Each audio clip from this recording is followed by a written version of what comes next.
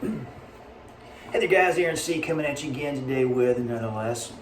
So today let's talk some Jimi Hendrix. Now I know in the past a few videos I've kind of gone through different levels. If you're a beginner, if you're intermediate, advanced. No offense guys, but the intermediate guys might want to sit out this one, and I mean the beginner, I'm sorry, let me phrase that. The beginner guys might want to just sit this one out and observe. And if you feel like you're there where you can start to nibble on this a little bit, great, man. Let's do it. Hop on in, man. Love to have you. So, with that being said, let's get into a couple of Hendrix things that are essential. Well, one of the cool things about Hendrix is he really understood where lead and rhythm collide.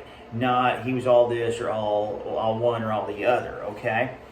Hendrix had a lot of roots in jazz and, was very ahead of his time. He did not use a ton of effects pedals, excuse me, so now the ones that he did use, however, were very minimal at the time, the wah and all that stuff. You just didn't have a lot of options for effects at that time. So if you're familiar with all the Hendrix effects, why don't you leave those in the comments below. We'll have that discussion later on. So today is just more of a technique thing. So for all you purists out there, forgive me for I'm teaching Hendrix on the telly, not on the Strat, but to each their own. So with that being said, one of the classic things that I take from Hendrix is the double stops. Okay, the double stops are using two strings where you hammer down. So for example, on strings 2 and 3, you hammer down on the third string, the lower of the two. Okay? The other one is where you bar these three strings, second finger on the second string, third finger on the fourth string, 2 frets up. Okay?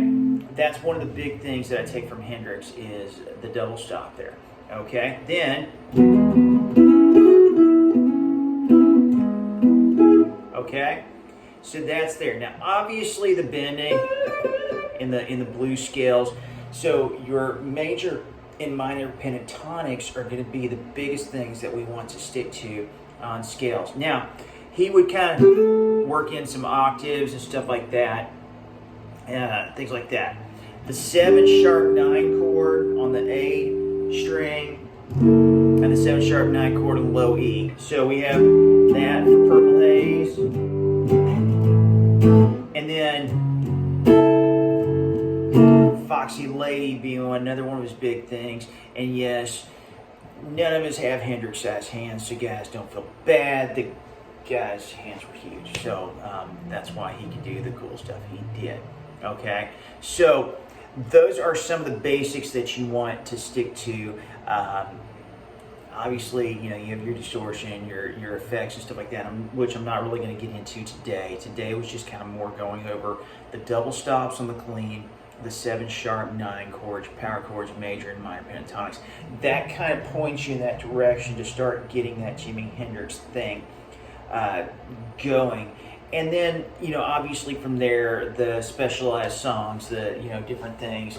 So your big ones, are going to be The Wind Cries Mary, Purple Haze, Foxy Lady, Hey Joe, things like that. Those are some good ones to go to. Obviously, the hits kept coming with Hendrix. So that would be some kind of directions I'd point you in. So once again, the double stop. Okay,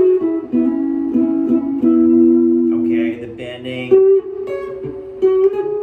Okay, and then those sort of things. Okay, the 7-sharp-9 here, the 7-sharp-9 here. Those are all basically what I consider Hendrix Essentials. So, anyways, I hope you got something out of that. I'm really grateful that y'all are stopping by and hanging out with me. Always feel free to come by. If you have any questions, leave them in the comments below. Interested in lessons, leave those in the comments below. I hope to see you again soon. Y'all take care.